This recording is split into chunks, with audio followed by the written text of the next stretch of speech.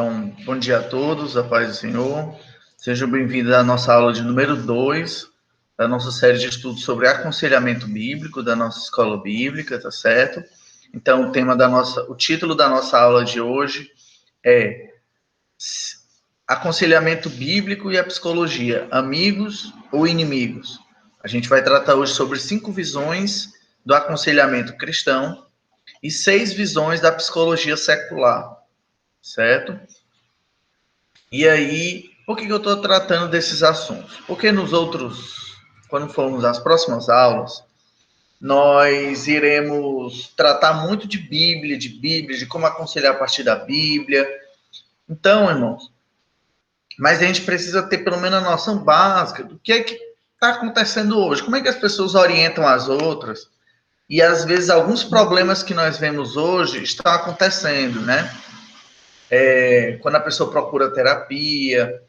E aí eu gostaria de levantar a seguinte pergunta para vocês, era uma reflexão. A primeira abordagem psicológica que surge, certo? A primeira teoria só vai surgir lá no finalzinho do século XIX com o Freud. Antes disso, será que as pessoas não eram capazes de serem felizes? Não tinha psicólogo. Antes disso, não tinha pessoas satisfeitas com a sua vida? Será que ninguém era capaz de orientar ninguém na vida? Será que as pessoas não conseguiam se relacionar bem? Será que ninguém conseguia resolver seus problemas antes da psicologia? Eu levanto essa seguinte pergunta, porque uma parte importante da nossa série de estudos aqui sobre aconselhamento bíblico, certo? Uma parte muito importante,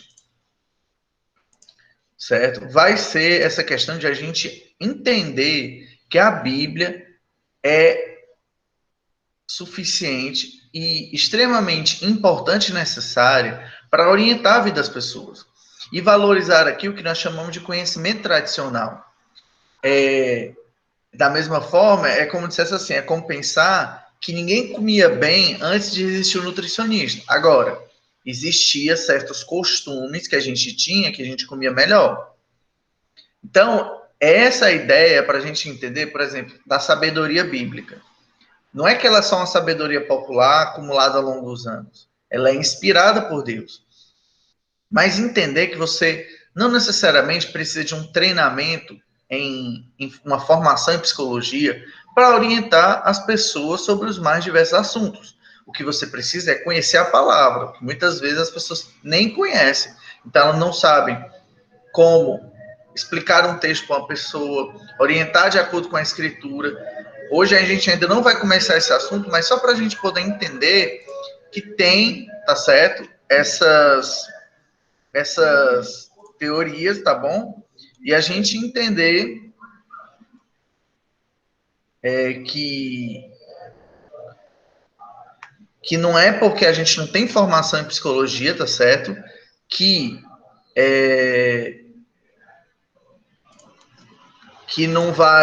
você não vai ser capaz de orientar as pessoas em seus problemas. E a gente precisa criar uma confiança na escritura, e aí eu vou mostrar as principais vertentes da psicologia, e você me diz se a gente pode concordar ou não com tudo, tá certo?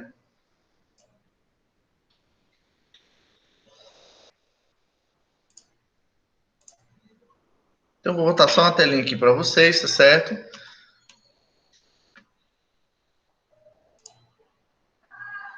Então, princípios do aconselhamento bíblico. Aula 2. Aconselhamento bíblico e a psicologia. Amigos ou inimigos? Vamos tratar aqui do que realmente tem de positivo e do que tem de negativo nas psicologias. Mas, principalmente, o que a gente fala quando fala de aconselhamento, certo? Então, as 5 visões que nós vamos apresentar aqui é o chamado do aconselhamento cristão, é o aconselhamento bíblico, o integracionismo, como o próprio nome diz, ele tenta integrar a Bíblia, as várias teorias, os níveis de explicação, que pensa em conhecimentos em níveis diferentes, a psicologia cristã, a psicologia transformacional e o aconselhamento redentivo, certo?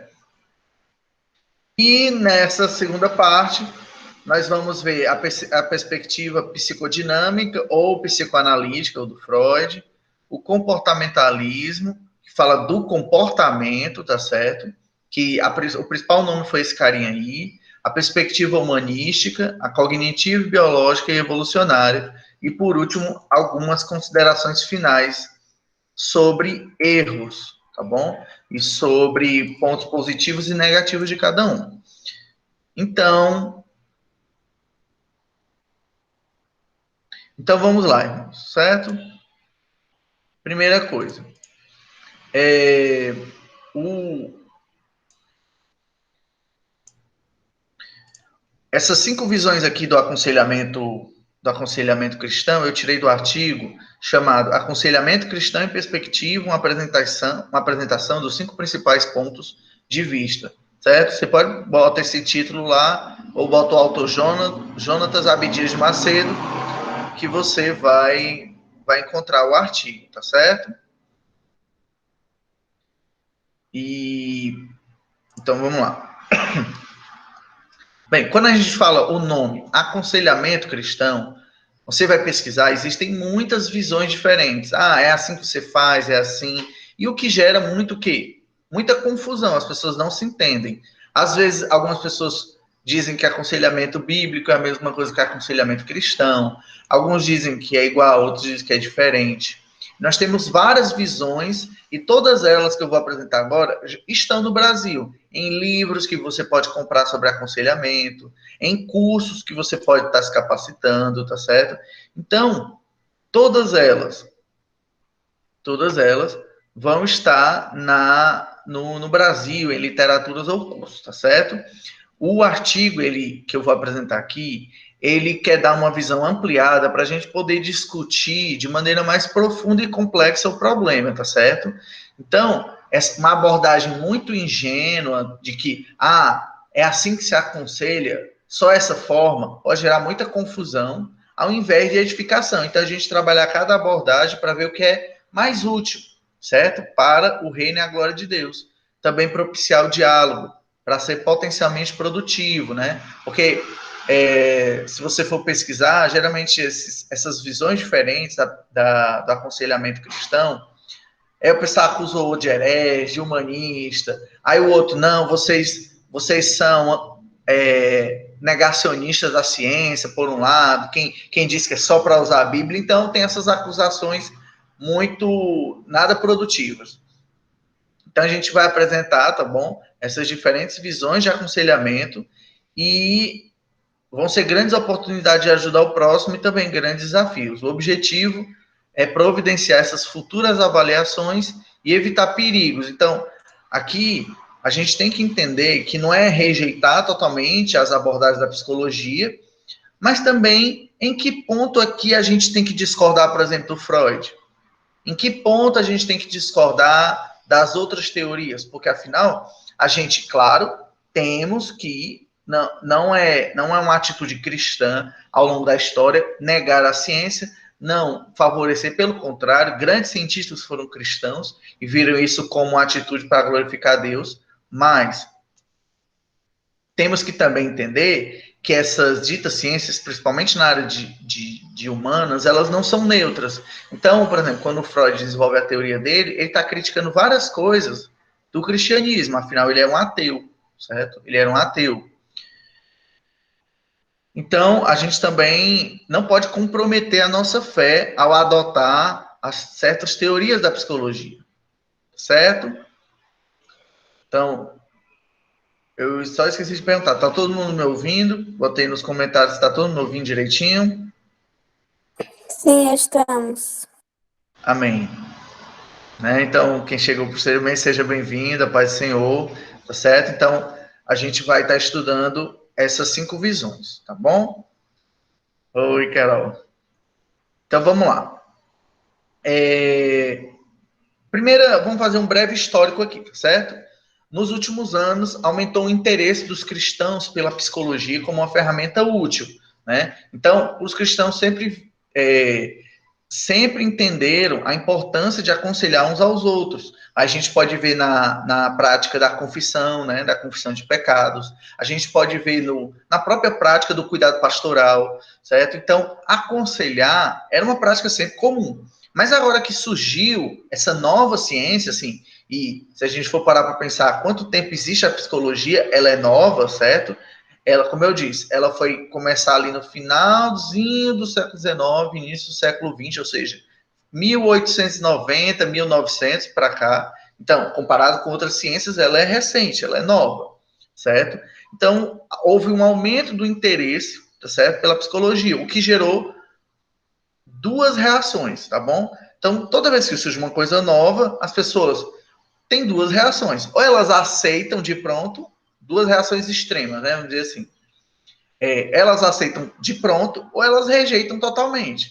Então, há duas reações no meio da igreja quanto às teorias da psicologia. Há uma aceitação com a inclusão da perspectiva religiosa do cliente, como assim? Tem cristãos que pensam assim, não, eu posso usar a teoria psicológica que eu quiser, desde que eu leve em consideração o fato de que a pessoa é cristã, então não bater de frente com a fé. Mas tem outros que vão dizer, não, eles vão dizer assim, existem algumas dificuldades para a gente aproximar a nossa fé dessas teorias da psicologia. Por exemplo, a questão da definição do que é a mente, do que é o ser humano, a extensão dos limites dessa relação entre cristianismo e psicologia, os valores que ele quer passar, tá certo? Então, a gente não ser ingênuo quando a psicologia, achar que a psicologia é neutra, que ela não tem os seus próprios pressupostos, e muitos deles negando os valores bíblicos, certo? E não é à toa, não é por acaso, tá certo? Que muitos estudantes de humanas, quando entram na faculdade, se afastam dos caminhos do Senhor. Não só de humanas, mas por que é tão mais forte no de humanas? Porque ele recebe uma bagagem de ideias, de valores, que entra em confronto com o que a Escritura diz.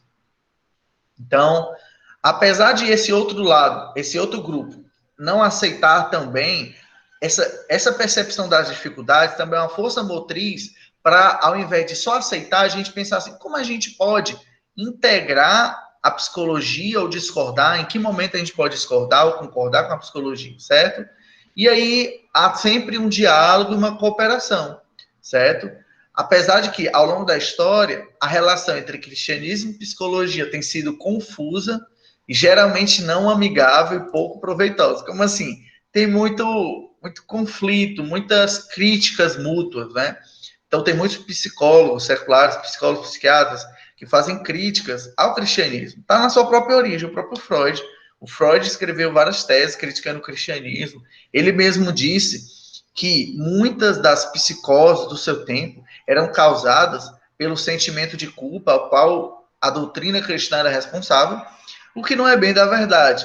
Hoje em dia, as pessoas sabem que mesmo aquelas pessoas que não têm um lar tão cristão assim, nem essa formação, as pessoas podem sofrer gravemente de sentimento de culpa, e isso causar algum transtorno psicológico, algum mal-estar. Então, mas como o Freud era ateu, ele queria o quê? Usar isso como desculpa para criticar o cristianismo, certo? Então, vamos lá discutir essa questão. A primeira visão aí que vocês... A primeira visão que vocês podem... A primeira visão que vocês podem estar vendo aí, tá certo? É a da... Acho que eu vou fazer aqui um pouquinho diferente. Pronto. Que aí eu não fico entrando e saindo, porque aqui na gravação, quando a gente entra e sai para ler alguma coisa, ela tira a transmissão, certo? Então, deixa eu mostrar aqui para vocês. Então, pronto. A primeira visão é o do aconselhamento bíblico, certo? Qual é a crença fundamental do aconselhamento bíblico, ok? É a ideia de que a Bíblia é suficiente para todos os problemas da vida. O que é problemas da vida? O que ele quer dizer com isso? Problemas da alma humana. Problemas sentimentais, problemas de relacionamento, problemas de sentimentos de culpa, problemas relacionados à falta de perdão. Então, a Bíblia é suficiente. Essa é a primeira teoria, certo? Essa é a primeira perspectiva, certo? Então, a crítica que ele faz à psicologia e à psiquiatria é que, geralmente, problemas que a psicologia e a psiquiatria tratam, elas são de origem espiritual, certo? E muitas das vezes, elas só dão nomes diferentes àquilo que os cristãos já davam. Vou dar aqui um exemplo para vocês, bem curioso. Hoje em dia, a gente fala depressão, né? E chamamos aconselhamento bíblico. Mas no passado, as pessoas chamavam de melancolia, ou tristeza da alma. E o aconselhamento não é chamado aconselhamento. Esse nome também é recente, né? É por causa da psicologia que agora os cristãos começaram a usar aconselhamento, mas o pessoal usava, sabe como? Cura da alma. Então, se você pesquisar na Idade Média, nos livros dos puritanos, havia tratados, livros sobre cura da alma, mulheres que viraram viúvas, questões sobre luto. Então, por exemplo, o Lutero também tem vários escritos sobre o luto, sobre como tratar pessoas enlutadas. Então, eu percebo que havia muito disso antes da psicologia e as pessoas hoje têm certas psicologias que estão reconhecendo a importância desse papel tradicional, como é a psicologia experimental do Jonathan Haidt. Ele está reconhecendo essa atitude das culturas tradicionais. Mas vamos lá. Então, assim, essa perspectiva trata que nós temos que ter uma visão centrada em Cristo para resolver os nossos problemas. E ela enfatiza a exclusividade, ou seja, a suficiência das Escrituras, né? Então, é uma teoria centrada no Evangelho. Então, de forma que tanto o diagnóstico, ou seja, para identificarmos o problema, quanto para tratarmos o problema, a Escritura nos dá a resposta. A Bíblia não nos dá a resposta só do que devemos fazer, mas ela também nos dá a resposta qual é o problema da pessoa, certo? Então, você não precisa ser formado em psicologia para entender isso. A Escritura realmente nos dá. E durante esse ano, eu quero enfatizar isso. Quando a gente conhece a Bíblia, quando a gente procura estudar, entender ela e aplicar a nossa vida, e a identificar os nossos problemas das pessoas, a gente consegue resolver, assim 90%. E os outros 10%? Aí são problemas, vamos dizer assim, da psiquiatria, problemas biológicos, problemas cerebrais. É claro que você, só com aconselhamento direto, você não vai tratar, certo? E essa própria abordagem do aconselhamento bíblico reconhece isso. Ele não está dizendo aqui que pessoas com problemas hormonais ou problemas genéticos vão ser tratados só com a instrução direta da Escritura, certo? Ele não está dizendo isso. Ele está dizendo problemas que geralmente o pessoal chama o quê? Problemas da alma, problemas de comportamento, problemas sentimentais, problemas espirituais. Bom?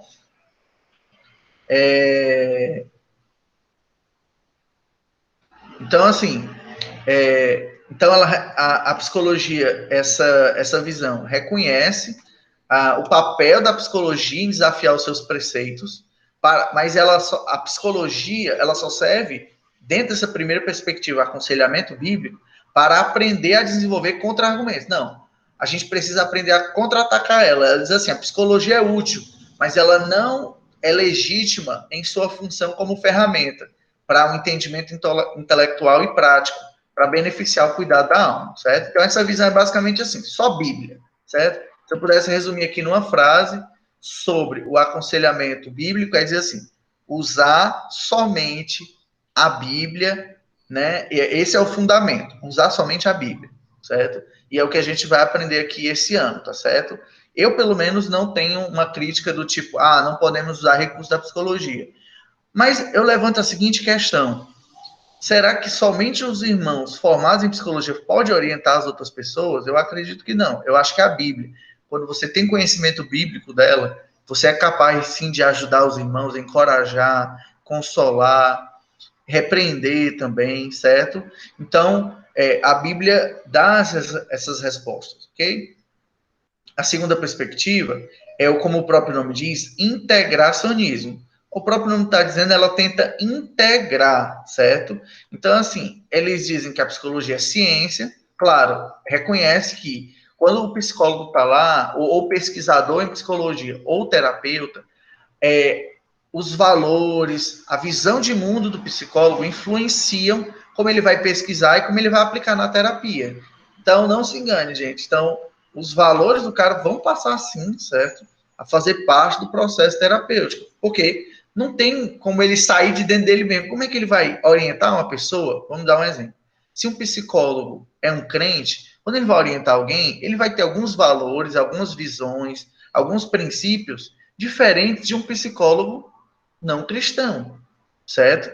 Em que um não cristão vai ter uma visão totalmente diferente do mesmo problema. O integracionismo, ele desenvolve conceitos cristãos e os aplica em como o comportamento pode ser entendido. Então, é profundamente formado pelas convicções cristãs do psicólogo e uma apropriação crítica, mais apreciativa da sabedoria das abordagens seculares. Como assim? Não tem coisas do Freud, coisas das teorias que nós vamos ver mais para frente.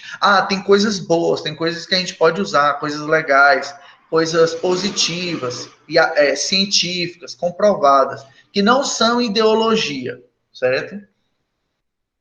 E aí, a crença distintiva, qual é a característica? Ela diz assim, elas dizem que a Bíblia é insuficiente na ideia assim, a Bíblia é a palavra, os integracionistas dizem, a Bíblia é a palavra de Deus, a Bíblia é inspirada, mas que ela é necessária para a gente poder entender o ser humano de forma abrangente, mas a própria escritura, segundo eles, tá certo? Não reivindica ser exaustiva. Como assim? Ela mesmo não diz respeito a ela sobre todos os problemas, certo? Mas naquilo que ela fala, nós devemos utilizá-la, certo? Então, há um papel legítimo e estratégico também para a psicologia, que é providenciar ferramentas intelectuais práticas para entender, melhorar as condições humanas. Então, tem que se dar autoridade apropriada à escritura, certo? Para determinar as crenças e práticas e o senhorio de Cristo sobre todas as coisas. Mas eles não acreditam, por exemplo, tem coisas que a Bíblia não fala. Então, eles não veem problema em utilizar as ferramentas da psicologia. Tá bom? A terceira perspectiva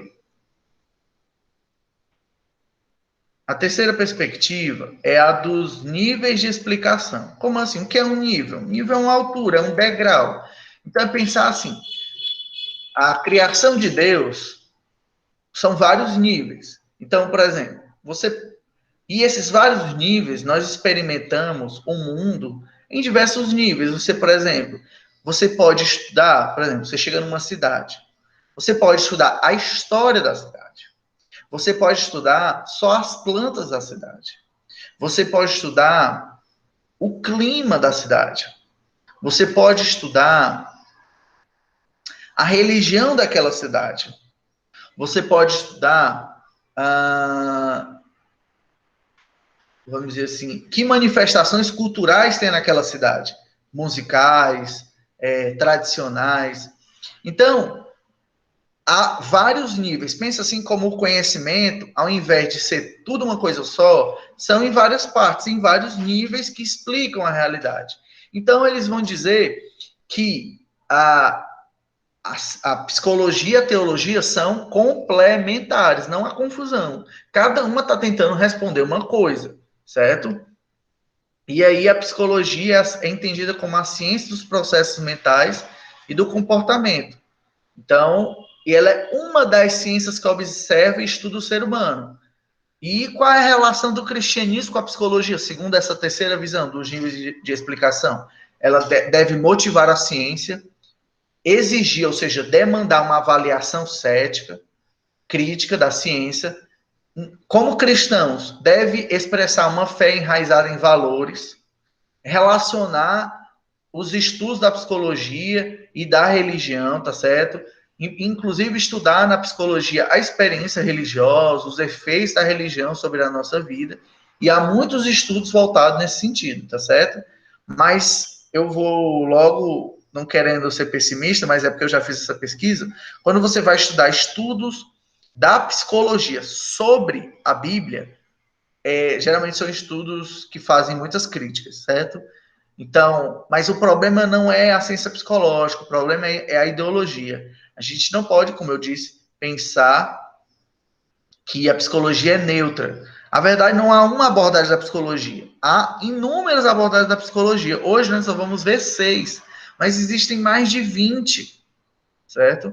E por que há tantas diferenças? Porque cada um coloca na psicologia os seus valores, a sua visão de mundo, certo? E nós, como cristãos, não devemos nos acanhar e devemos também ter os nossos valores e a nossa visão de mundo, tá certo? A próxima visão, a quarta, é a penúltima visão, é a da psicologia cristã, né? Então você percebe que os nomes é parecido, né? Um você diz assim, não é aconselhamento bíblico, não é aconselhamento cristão, não. O aconselhamento bíblico é só a Bíblia, certo? Vamos usar só a Bíblia. O integracionismo é um nome geral para integrar as teorias da psicologia à Bíblia. Os níveis de explicação diz, não, a teologia diz respeito a umas coisas, a psicologia hoje diz respeito a outras, mas devemos sim incentivar uma psicologia enraizada nos nossos valores cristãos. E agora nós temos a psicologia cristã. Então, a psicologia cristã, ela aceita uma coisa básica, gente, que não existe a ciência da psicologia. Isso, na outra faculdade que eu estava cursando, isso fica bem claro em alguns textos que a gente estudou sobre introdução à psicologia. As pessoas preferem hoje chamar de psicologias, porque algumas abordagens não são apenas diferentes, elas são excludentes. Como assim? Às vezes não dá para aceitar, vou dar um exemplo. A primeira teoria da psicologia é do Freud, a psicanálise. Ela surge, ela tem um modo de fazer a terapia. Surge uma outra que é a negação total, que é o comportamentalismo. Ela nega completamente a teoria do Freud, certo? Então, como é que você vai aderir às duas ao mesmo tempo? É porque são métodos e formas diferentes e totalmente diferentes de verem o ser humano. Então, a psicologia cristã diz que não há uma única psicologia, isso é verdade, certo? Um conjunto universal de conhecimento, certo? Que possa ser igualmente aceita por todos, porque cada pessoa e cada abordagem, ela tem um compromisso com a visão de mundo, compromisso metafísico, pessoal, de valores. Então, pensa assim, vai ser totalmente diferente um psicólogo ateu, de um psicólogo cristão, de um psicólogo espírita, vou dar uma... Um psicólogo ateu, ele até pode chegar no consultório e dizer assim, não, eu respeito a sua religião, eu vou considerar aqui. Mas como é que alguém vai considerar se ele não acredita? Às vezes ele nem conhece. Eu quero dizer que quando ele não conhece, ele diz assim, não, eu sei que o cristianismo existe. Mas ele não conhece as doutrinas, ele não conhece a visão de mundo, ele não estuda nem isso na faculdade dele. Então, vai chegar em algumas complicações, certo?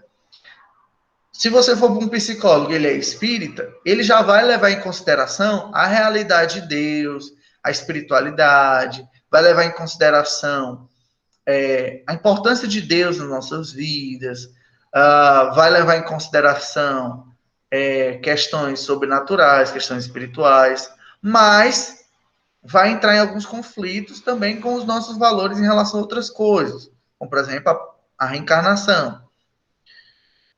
A grande questão hoje, na psicologia hoje, as pessoas nos estudos, na pesquisa da psicologia, quando o pessoal faz as pesquisas, né, para entender o comportamento humano, o que as pessoas pensam e tudo mais,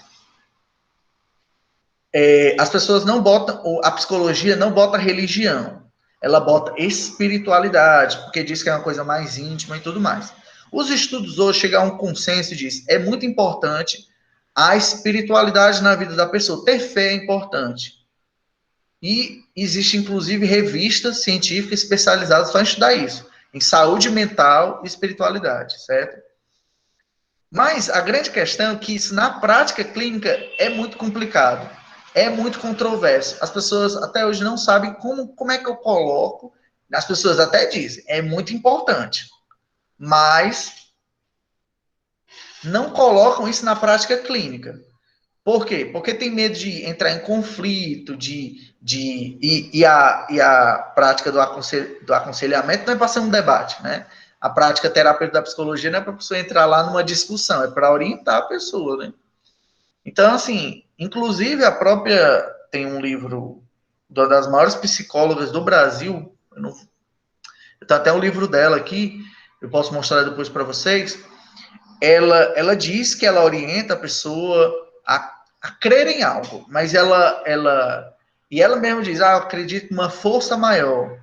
Mas percebe como é complicado? O psicólogo se coloca numa situação complicada porque ele recebe todo tipo de pessoa, né? E aí você percebe que entra os limites da ciência psicológica, que é o quê? Os valores. Vai ser os valores de quem? Vai ser os valores cristãos. Na hora que você vai orientar uma pessoa, vai ser os valores da Bíblia, serão os valores da nossa nova moral hoje, que incentiva todo tipo de promiscuidade, considera normal isso, considera isso como valores apropriados.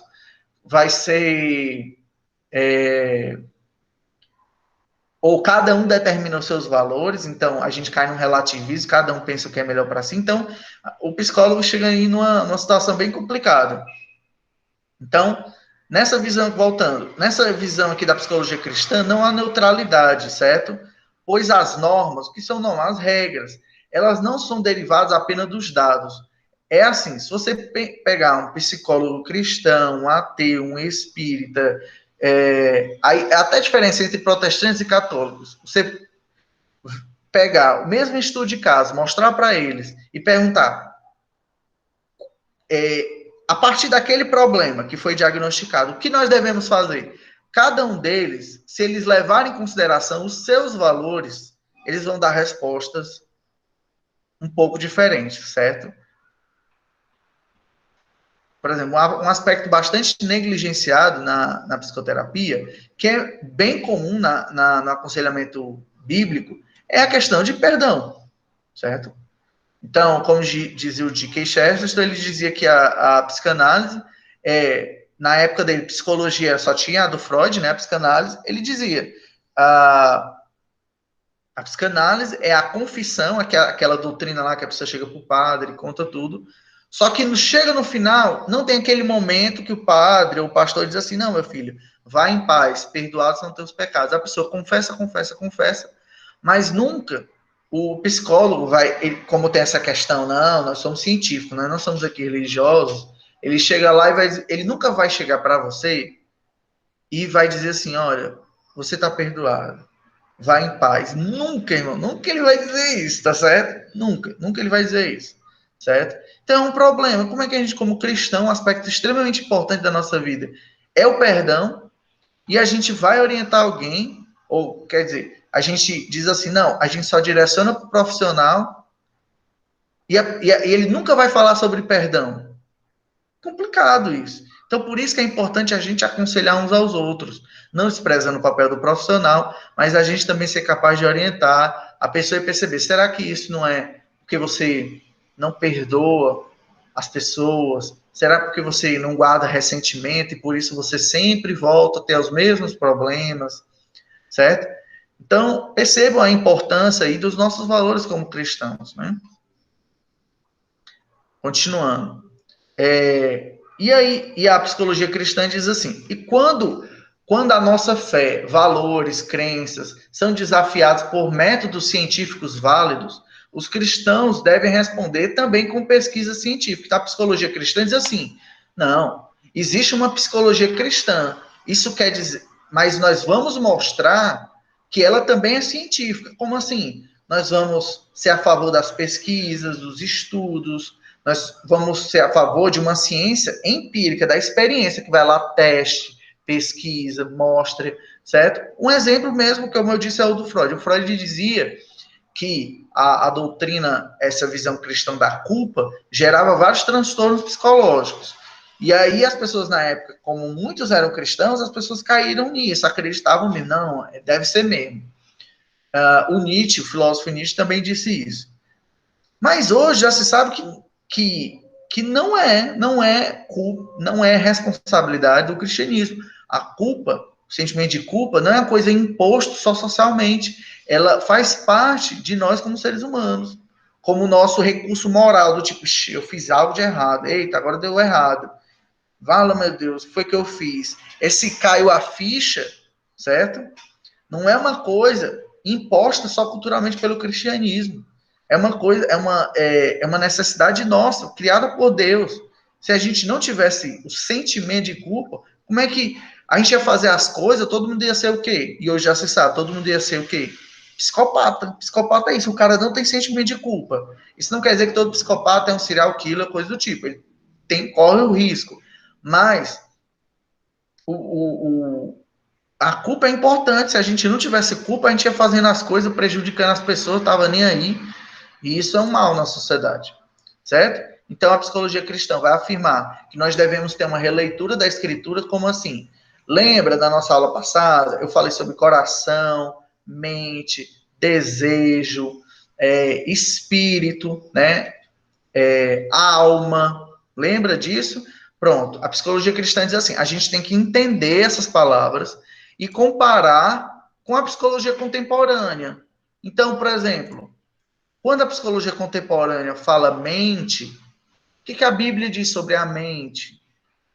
A Bíblia também não considera só a mente, mas considera a alma, considera o espírito, relevantes para a gente entender o ser humano, certo? E também, dois, a pesquisa empírica, certo? Essa palavra empírica quer dizer da experiência, tá bom? Então, a pesquisa da experiência é semelhante à psicologia contemporânea. Então, os cristãos têm que ser incentivados a fazer uma pesquisa científica, certo? De testar mesmo a teoria, de testar se funciona ou não funciona, mas sem ser censurado por ser cristão. Por quê? Porque existem psicologias aí, e a maioria é declaradamente ateu. Por que não pode ter uma psicologia cristã? Porque, assim como não pode ter uma psicologia dentro de outras visões de mundo, né? Mas não, aí as pessoas... Então, a psicologia cristã diz, não, devemos incentivar a pesquisa científica e tal, mas sem abrir mão dos nossos princípios. E assim, a gente consegue ser fiel a Deus, certo? E consegue desafiar, vamos dizer assim, estar em pé diante dos desafios. Então, assim como lá na filosofia, eu e outros cristãos temos os nossos desafios, quem está na área do aconselhamento, se você quer aconselhar alguém, ou se você um dia, você como jovem, adolescente, quiser cursar psicologia, vai ter os desafios. Mas a gente tem que ter o quê? Coragem para não abrir mão dos nossos valores, mas também para não negar e ser contra a pesquisa científica. É isso que a psicologia cristã diz, tá bom? E a última perspectiva aqui, tá certo? É a perspectiva transformacional. Como é que o nome está dizendo? Ela está voltada para a transformação, certo? Então, ela é a mais nova dentro dessas visões, tá bom? Ela tem algumas coisas da psicologia cristã e do integracionismo, certo? Ela meio que tenta unir o melhor dos dois, tá certo? O melhor dos mundos, vamos dizer assim. Mas ela também considera e torna muito importante o papel, a formação espiritual dentro do processo, do método, da forma de fazer a psicologia, certo? E aí, considerar o que hoje a psicologia hoje faz na pesquisa, mas não faz na terapia, que é o que é a espiritualidade, a vida religiosa da pessoa. Então, há várias psicologias hoje, quando você vai ler os artigos, ela diz a espiritualidade é muito importante. Tem estudos que mostram pessoas que têm uma religião, pessoas que têm uma vida comunitária, religiosa, se recuperam mais rápido da depressão. Pessoas que creem, pessoas que têm fé, elas se curam mais rápido das doenças, não só psicológicas, mas até das doenças físicas. Então, vários estudos. Melhora o bem-estar e tudo mais. Só que aí ela tenta levar em consideração essa transformação espiritual da pessoa, certo? Reconhece o valor, a importância dos estudos da psicologia hoje, mas nós, como cristãos, em uma abordagem cristã, deve levar em consideração a realidade cristã. Como assim? As doutrinas, os valores, a forma de ver o mundo, Tudo isso tem que ser considerado para a transformação ético e espiritual da pessoa, certo? Então, assim como a gente se converte, a gente tem uma transformação na nossa mente, essa questão da transformação da nossa mente é central dentro dessa abordagem, porque não é um processo que ocorre só quando a gente se converte.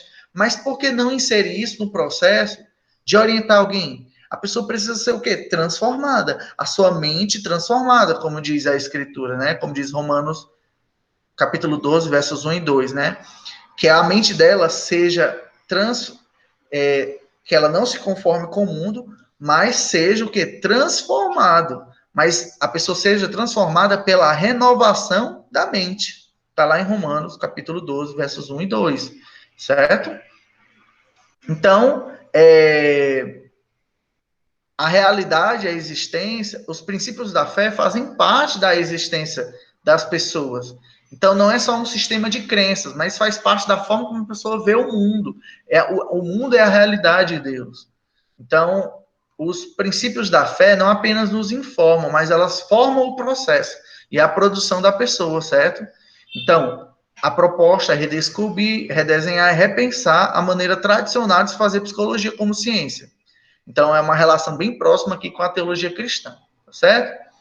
Então, há um reconhecimento da ciência da psicologia, mas ela é sempre parcial. Por quê?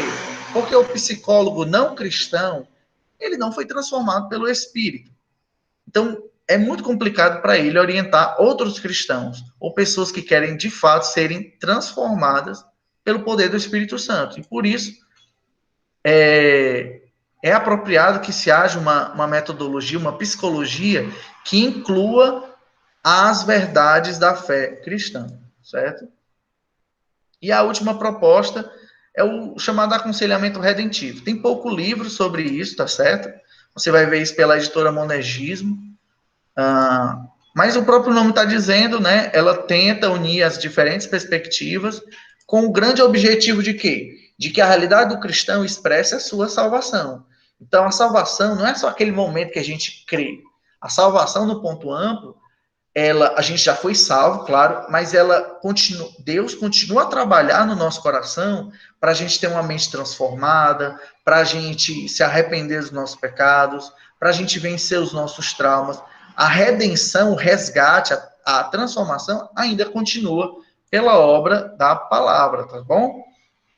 Então, para terminar esse artigo aqui, o objetivo, né, é a gente tentar explicar o que está acontecendo hoje, essas são as principais visões.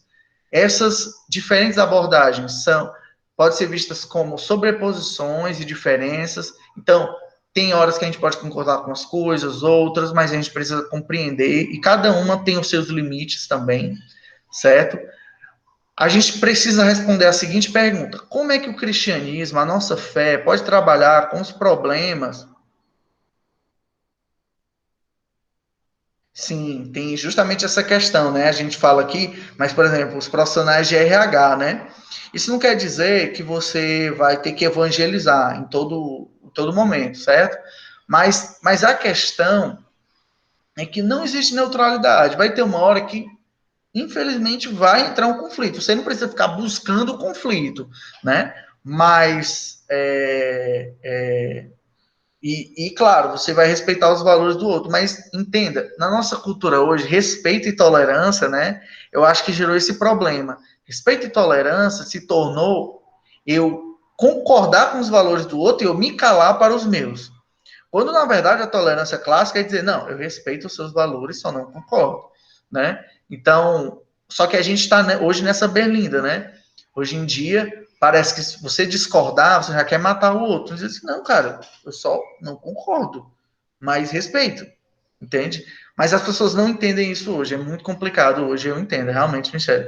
Porque às vezes você tenta explicar para as pessoas, diz assim, não, eu entendo que essa é a sua visão, esses são os seus valores, mas eu não creio assim.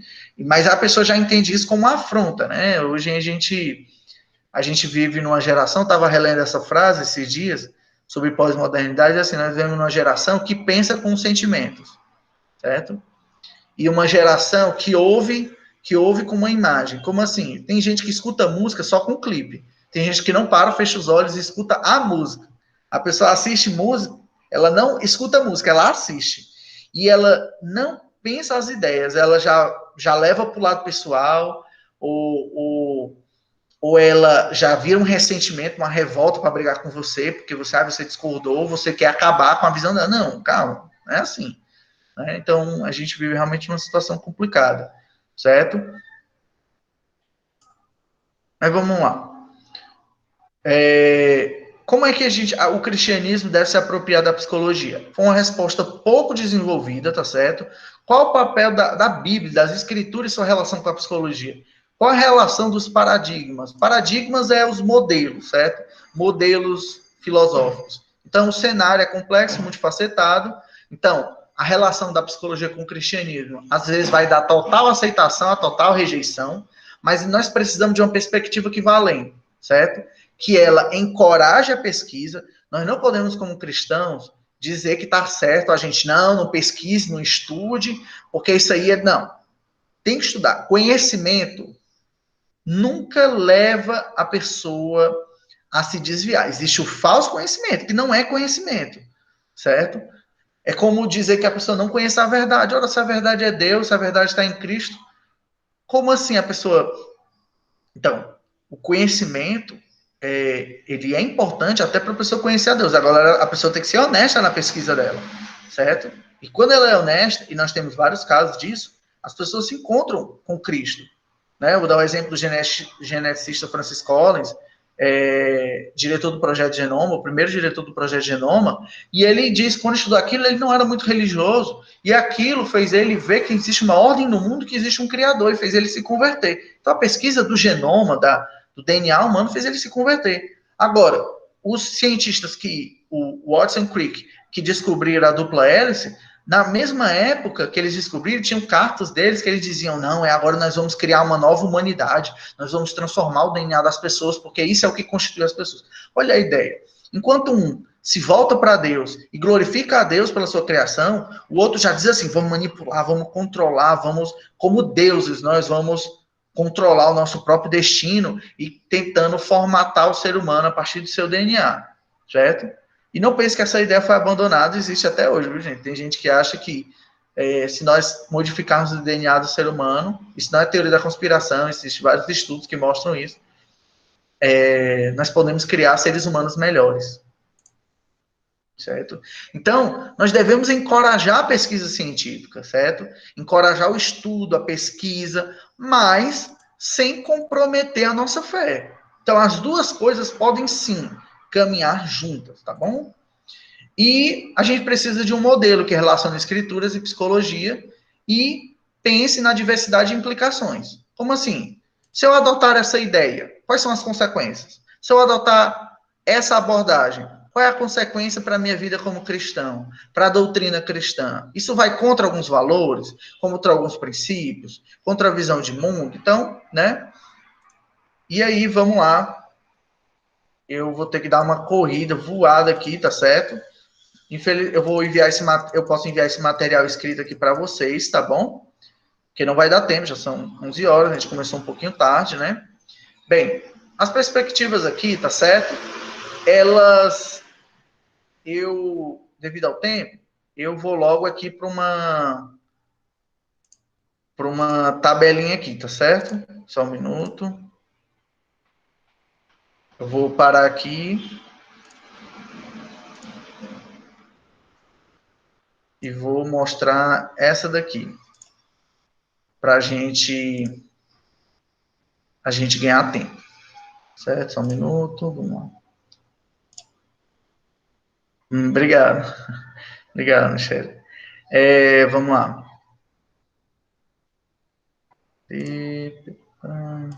Então, eu não vou ter tempo de apresentar cada teoria, tá certo? São 6 teorias da psicologia, eu pensei que ia dar tempo, não teve tempo, né?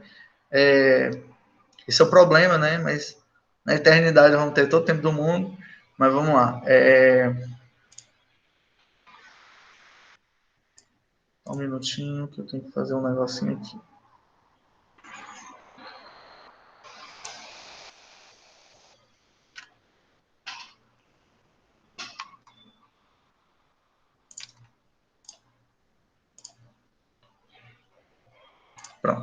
Pronto. Então, assim, vou explicar a partir... Nós temos essas várias teorias aqui, certo? Tá todo mundo vendo? Tá o slide aumentado para vocês? Tá ok. Pronto, então vamos lá. Tem essas seis, desculpa, principais teorias. A teoria psicodinâmica, também chamada de psicanálise, do Freud. Tem um comportamentalismo, com problema nisso. Comportamento, do inglês. Em inglês, como é comportamento em inglês? Behavior. Aí vocês podem ver também com behaviorismo. O principal nome é esse, o B.F. Skinner, certo? É Skinner mesmo, igual dos Simpsons. Tem a perspectiva humanística, a perspectiva cognitiva, a psicologia, ou a perspectiva da psicologia biológica e a evolucionária ou evolutiva, certo? Não vai ter tempo aqui de eu explicar cada uma delas, mas eu vou enviar um texto para vocês com um resuminho, tá bom? Bem legalzinho que eu fiz sobre cada uma delas. Vamos ver aqui, eu fiz uma coletânea de textos aqui e a gente conversar um pouco sobre pontos positivos e negativos de cada um, tá bom? Ao invés de eu expor e depois, vamos logo direto ao ponto. Como é que a gente, como cristãos, devemos ser sábios diante dessas teorias, que muitas vezes são ideologias? Às vezes não tem nem comprovação científica. Por exemplo, muitas ideias do Freud, muitas ideias do comportamentalismo original, muitas ideias da psicologia humanística, nem comprovação científica tem. Como nós cristãos devemos avaliar essas coisas? Algumas recomendações gerais. Esses versículos que eu estou mostrando para vocês não é só sobre o estudo da psicologia, mas recomendações gerais. 1 Tessalonicenses 5:21 nos diz: examinem todas as coisas, retenham o que é bom. Lá o texto está falando de discernir os espíritos, se as profecias são ou não são de Deus. Mas o entendimento do apóstolo Paulo sobre profecia é que profecia é um tipo de conhecimento, o conhecimento do divino. Então, o conhecimento, a gente tem que examinar, ser capaz de examinar as coisas. Algumas coisas a gente vai descartar e outras coisas a gente tem que reter, que diz, não, isso é muito bom, isso glorifica a Deus, isso é legal. Em Provérbios 4:23, perceba, quando a gente estuda psicologia, a gente não está só estudando uma teoria. É um pouco diferente quando, por exemplo, você vai estudar física. Às vezes você está estudando o universo, mas na psicologia ele está imprimindo em você uma visão sobre como você deve se ver no mundo. Então, é por isso que tem tanta implicação prática. E aí, Provérbios 4:23 nos dá uma orientação prática do tipo, muito clara, de tudo que se deve guardar, guarda bem o seu coração, porque dele procedem as fontes da vida. Então, a gente tem que guardar o nosso coração para ser sempre temente ao Senhor, avaliando as coisas e não tomando muito cuidado. O coração é o nosso ser interior, quem nós somos, com os nossos desejos, ambições, vontade, emoções e tudo mais. O que a gente vai colocar no nosso coração, certo? Em 1 Coríntios 6:12, tudo me é permitido, mas nem tudo convém. Tudo me é permitido, mas eu não deixarei que nada domine. 1 Coríntios 10:23 diz, tudo é permitido, mas nem tudo convém. Tudo é permitido, mas nem tudo edifica.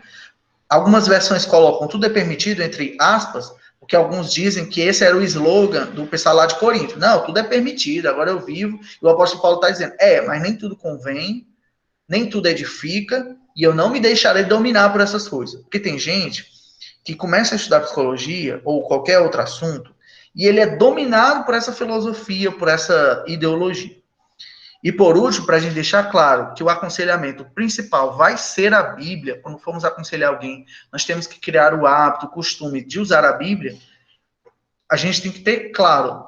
E é esse momento que a gente diz assim, a gente de fato acredita na Bíblia, como diz em Hebreus 4:12, assim, pois a palavra de Deus é viva e eficaz, e mais afiada que qualquer espada de 2 gumes.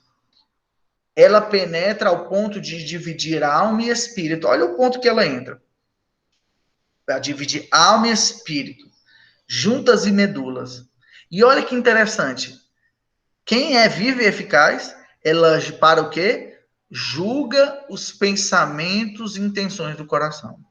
Porque muitas das vezes, no processo de aconselhamento, você vai usar a escritura, mas vai ter coisas que a Bíblia vai mostrar para a pessoa, vai fazer ela olhar para os seus próprios pensamentos, para as intenções do seu coração, E às vezes o conselheiro nem se tocou, nem percebeu, mas ele entendeu de maneira geral o problema, mas a escritura faz o restante do processo. Porque a Bíblia é inspirada, o Espírito Santo está no processo do aconselhamento, tá certo? A gente ter gravado isso no nosso coração e na nossa mente essa verdade da escritura, que ela, sim, é eficaz para fazer, julgar e avaliar as coisas, amém? E aí, por último, eu fiz esse quadro aqui, tá certo? Eu tentei fazer a letra bem grande para, né, a pedido, certo? Para vocês conseguirem visualizar melhor. Primeiro, qual é o ponto positivo da psicologia do Freud? A psicologia psicodinâmica ou psicanalítica. O Freud enfatizou muito o estudo da infância. Então, ele percebeu que muitos problemas das pessoas começam aonde? Na infância, nos primeiros anos da vida. Então, isso é uma coisa legal. No seu aconselhamento, você conversar com a pessoa, saber um pouco mais da história dela, sobre a infância dela, como ela se via, a história dela, isso é importante. E também ele enfatizou muito a questão dos desejos, também importante. Mas o que é mais legal é que a Bíblia fala disso. A Bíblia, quantas vezes, quando vai contar a história de um personagem, ela não conta do nada o personagem. Ela conta a origem dele, quem ele é, como ele se sentia, como era a família dele. Quantas vezes a Bíblia não conta isso? Então perceba a importância da avaliação, do aconselhamento e da psicologia, a avaliação da infância. Então, teve seu mérito, o Freud. A Bíblia também fala dos desejos, às vezes algumas traduções traduzem como desejos, outras como paixões. Então a Bíblia quantas vezes não fala daquilo que o ser humano mais almeja, daquilo que está no íntimo do seu coração, daquilo que você mais quer. Qual é a parte negativa do Freud? É a hipersexualização.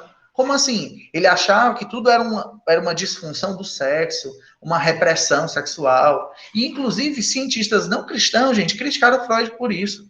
Isso trouxe muitos males. E muitas das teorias hoje que a gente tem, que tudo só fala de sexo, isso aí tá reprimido e tal, ainda é resquício do impacto do Freud, certo? E, claro, como ele enfatizou tanto o ser humano como um ser desejante, é como se o ser humano fosse só um animal, como qualquer outro, o que não é. Ou ele até diz que o ser humano tinha razão, tinha a faculdade de pensar, mas a parte mais essencial do ser humano é um desejo animal instintivo, é isso que o Freud dizia. Né? E nós sabemos pela escritura que, apesar de ter os desejos naturais, mas isso não é o todo do ser humano, nem é a parte mais básica dele, tá bom? A segunda abordagem é o comportamentalismo, ela é totalmente o oposto da do Freud. Ela diz assim, ao invés de o Freud analisava sonhos, o Freud deixava, sabe aquela pessoa na berlinda, ela fica sentada e deixa a pessoa falar, sim, diga mais, continue falando. O Freud tinha uns métodos bem diferentes, assim, né? Já o comportamentalismo, ela é uma teoria que diz que você deve avaliar os comportamentos. O que é o comportamento? É o que você está vendo. Você vê o desejo da pessoa? Não. Você vê o sentimento da pessoa? Não. O que você vê é que hora ela acorda, você vê ela com raiva, você vê ela gritando, você vê a pessoa brigando, você vê a pessoa chorando. É isso que você vê. Então, o comportamentalismo diz assim, não tem negócio de sonho, memória, não. Como a pessoa está agindo? Quais são os hábitos dela? Só qual o problema?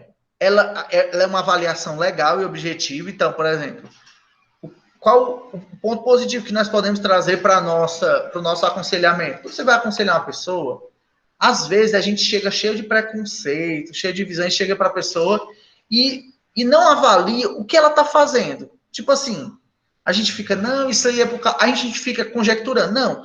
Então é importante a gente olhar e dizer assim, não, ela reage assim. Se ela é colocada numa situação de estresse, ela fica triste, ela chora, não, ela grita, não, ela briga, não, ela fica indiferente, ela se cala e vai embora.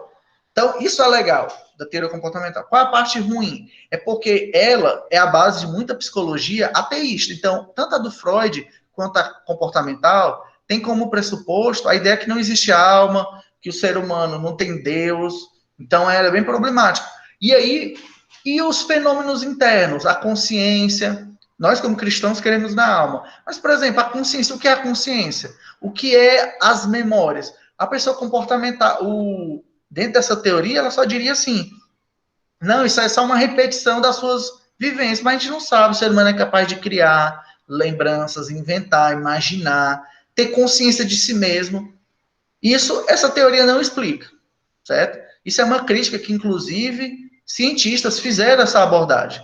Hoje, a principal abordagem hoje mescla a teoria comportamental com essa teoria aqui, a cognitiva, que ela leva em consideração essa coisa da consciência e tudo mais. A humanística é bem os livros de autoajuda, gente. É tipo assim, já viu o livro de autoajuda? Você pode tudo, você é capaz. Então percebam que existe uma teoria psicológica por trás desses livros. A humanística, como o próprio nome está dizendo, o homem é o centro. Então nessa, cada ser humano é capaz de buscar a sua própria felicidade, o ser humano é capaz de mudar por si só, o ser humano ele é responsável pela sua felicidade, que ele pode tudo. Então tá muito hoje nos livros de autoajuda, no coach hoje em dia, essa perspectiva. E você diz assim, e não é assim não? Não, você está adotando a perspectiva humanística. Qual o ponto positivo dela? Ela enfatiza muito a busca da felicidade. A Bíblia fala da felicidade. A Bíblia fala da satisfação em Deus. Fala da busca da realização. Também a Bíblia fala da autoimagem. Como assim? O que é autoimagem? É como você se vê. A Bíblia também fala disso. Só qual é o problema dessa visão aqui? Ela esquece de Deus e é só centrada no homem. Quando a Bíblia fala de autoimagem, ela quer dizer outra coisa diferente dessa visão aqui. Nessa aqui, ela diz assim: você pode tudo, você é demais, você é especial. A Bíblia diz: não, você é especial, você é feita em imagem e semelhança de Deus. Mas nessa discussão da autoimagem, como você se vê, a Bíblia também diz que você é pecador, você tem erros, que você precisa se arrepender. Essa abordagem não fala isso. Ela só fala que você tem que ser feliz do seu jeito. Certo? E esse é o ponto negativo dela. Ela fala da felicidade, mas uma felicidade centrada em si mesmo. Você pode tudo, que você é demais, que você é maravilhoso. Só que ela, além disso, outra crítica que eu poderia botar aqui é que ela tem poucos estudos científicos, certo? Então, as pessoas acham, isso aí é a ciência. Não, mal menos, tem pouco estudo. Ela é muito criticada porque ela tem pouco estudo. A perspectiva cognitiva, ela, qual é o ponto positivo dela? Ela enfatiza a diversidade de funções. Como assim? É bem o estudo da neurologia, estudo do cérebro humano, que diz assim, o nosso cérebro tem várias funções. Como assim? Ele pode memorizar, a gente pode perceber as coisas, a gente pode sentir, a gente pode imaginar, pode raciocinar. Então, qual é a parte legal da perspectiva cognitiva? São as funções. Então, ela enfatiza que o ser humano, ele é diverso. Como assim? Ele não é só memória, não é só comportamento, ele é tudo isso. E cada uma é uma função diferente. Qual é a parte ruim?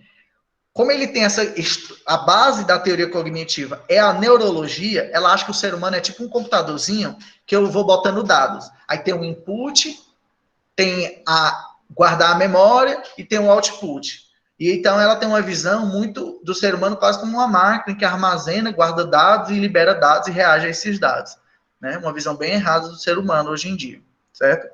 A psicologia biológica é um diagnóstico de doenças físicas, então a parte positiva dela é estudar biologia e entender, por exemplo, que nem tudo é questão da alma, tem questões do seu cérebro, questões do seu corpo, tá bom? Então ela foi muito positiva para a psiquiatria, para o estudo de remédios que auxiliam as pessoas com doenças mentais, certo? Com transtornos, certo? De esquizofrenia, bipolar e tudo mais.